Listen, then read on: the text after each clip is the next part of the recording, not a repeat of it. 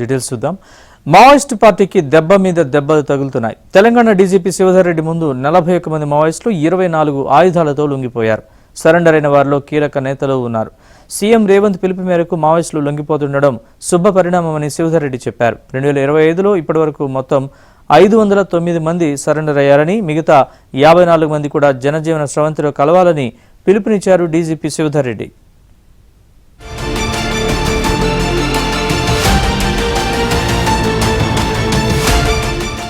మావోయిస్టులకు మరోసారి భారీ ఎదురుదెబ్బ తగిలింది. అమరవీరుల దినోత్సవం సందర్భంగా సీఎం రేవంత్ రెడ్డి ఇచ్చిన పిలుపుతో 41 మంది మావోయిస్టులు ఆయుధాలతో తెలంగాణ డీజీపీ శ్రీధర్ రెడ్డి ముందు లొంగిపోయారు.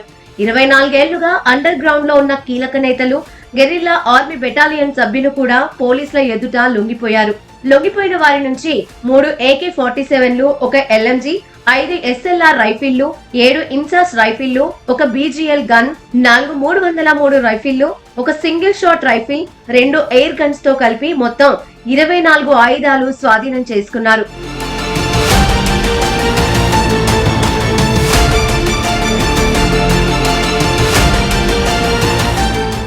పోలీసుల ఎదుట లొంగిపోయిన 41 మందిలో 2 తెలంగాణకు చెందిన వారు కాగా 39 మంది ఛత్తీస్గఢ్ రాష్ట్రానికి చెందినవారు. వీరిలో గెరిల్లా ఆర్మీ బెటాలియన్ కు చెందిన 11 మంది ఉండటం మావోయిస్టు పార్టీకి పెద్ద ఎదురు దెబ్బ అని డీజీపీ శ్రీధర్ రెడ్డి చెప్పారు. 24 ఏళ్లుగా అండర్ గ్రౌండ్ లో ఉన్న తెలంగాణకు చెందిన ఎర్రగుల్ల రవి అలియాస్ సంతోష్, ప్రవీణ్ లాంటి కీలక నేతలు కూడా లొంగిపోవడం మావోయిస్టు పార్టీకే పెద్ద షాక్ అన్నారు డీజీపీ. కనికారుపు ప్రభంజన్ పార్టీ సభ్యుడు, పీడీఎస్ సభ్యుడు, 2వ regional command of Telangana state కు చెందిన 5గురు, కొత్తగూడెం అల్లూరి సీతారామరాజు డివిజన్ కు చెందిన డీవీసీ స్టేట్ కమిటీ క్యాడర్ 4 లొంగిపోయిన వారిలో ఉన్నారు. తెలంగాణ పోలీసుల సమక్షంలో 41 మంది సిపిఐ మావోయిస్ట్ పార్టీకి చెందినటువంటి అజ్ఞాత కాడర్లు 24 వెపన్స్ తీసుకుని వచ్చి లొంగిపోయినారు. 1 LMG, 3 AK-47 rifles, 5 SLR rifles, 7 INSAS rifles, 1 BGL grenade launcher, 4 303 rifles. ఇందులో 2 తెలంగాణ రాష్ట్రానికి చెందిన వాళ్ళు, మిగతా 39 మంది ఛత్తీస్గఢ్ రాష్ట్రానికి చెందిన వాళ్ళు. ఇందులో Erragolla Ravi, alias Santosh, alias Prashant, alias Praveen, alias Mahesh, ఈయన తెలంగాణ రాష్ట్రం కామారెడ్డి జిల్లా ఆరేపల్లి గ్రామం. కనికారపు ప్రపంచం, ఈయన జన్నారం గ్రామం మంచిర్యాల జిల్లా. దండకారణ్య స్పెషల్ జోన్ కమిటీకి చెందినటువంటి ప్రతి ముప్పం కూడా ఉంటుంది. దానికి సంబంధించినటువంటి 5గురు సభ్యులు కూడా లొంగిపోయినారు. అమరవీరుల దినోత్సవం సందర్భంగా సీఎం రేవంత్ రెడ్డి ఇచ్చిన పిలుపు మేరకు మావోయిస్టులు లొంగిపోయారని డీజీపీ తెలిపారు. మావోయిస్టు పార్టీ అంతర్గత ఒత్తిళ్లు, తెలియని ప్రాంతాలకు వెళ్లాలంటూ నాయకత్వం చేస్తున్న బలవంతపు ఆదేశాలు, భౌగోళిక పరిస్థితుల వల్ల ఇతర ప్రాంతాలకు వెళ్లడం కష్టంగా మారడం, ఈ పరిస్థితుల్లో ప్రాణాలు కాపాడుకోవడానికే లొంగుబాటే మార్గమని భావించినట్లు డీజీపీ తెలిపారు.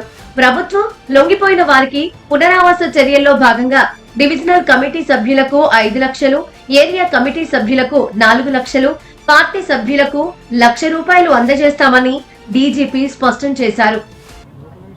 41 మంది సిపిఐ మావోయిస్ట్ పార్టీకి చెందినటువంటి అజ్ఞాత కాడర్లు 24 వెపన్స్ తీసుకుని వచ్చి లొంగిపోయినారు.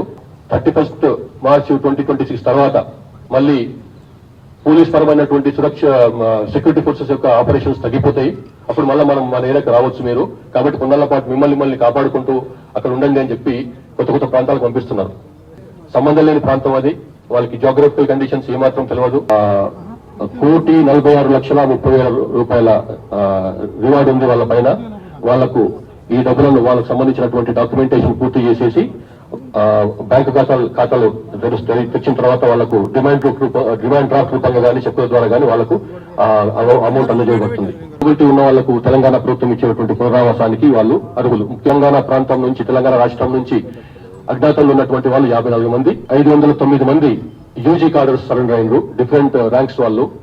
2025లో ఇప్పటి వరకు తెలంగాణలో మొత్తం 509 మంది మావోయిస్టులు లొంగిపోయారన్నారు. ఇంకా 54 మంది తెలంగాణకు చెందిన మావోయిస్టులు అజ్ఞాతంలో ఉన్నట్లు పోలీసుల లెక్కలు చెబుతున్నాయి. అజ్ఞాతంలో ఉన్నవారిలో తెలంగాణకు చెందిన 5 మంది సెంట్రల్ కమిటీ, 8 మంది స్టేట్ కమిటీ, 13 మంది డివిజనల్ కమిటీ, 12 మంది కింది స్థాయి క్యాడర్ సభ్యులు ఉన్నట్లు పోలీసులు గుర్తించారు. మిగతా మావోయిస్టులను సైతం లొంగిపోవాలని పోలీసులు కోరుతున్నారు.